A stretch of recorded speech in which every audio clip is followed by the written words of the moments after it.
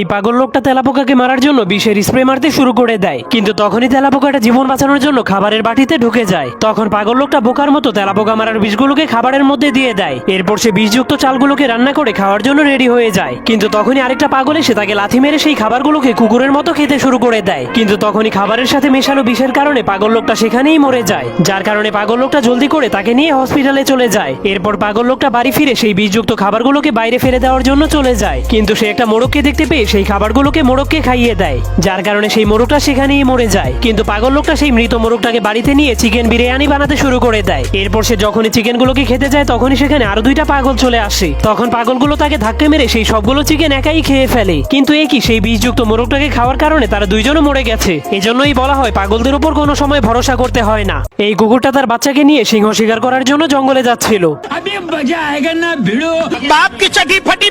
এরপর তারা তাদের গাড়ি দিয়ে জঙ্গলে পৌঁছে যায়। তখন সে গাড়ি থেকে নেমে সিংহকে শিকার করার জন্য সিংহের লেজকে রশি মনে করে লেজের সাথে একটা মাংস ঝুলিয়ে দেয়। তখন সিংহটা মাংসের টুকরোটাকে দেখার পর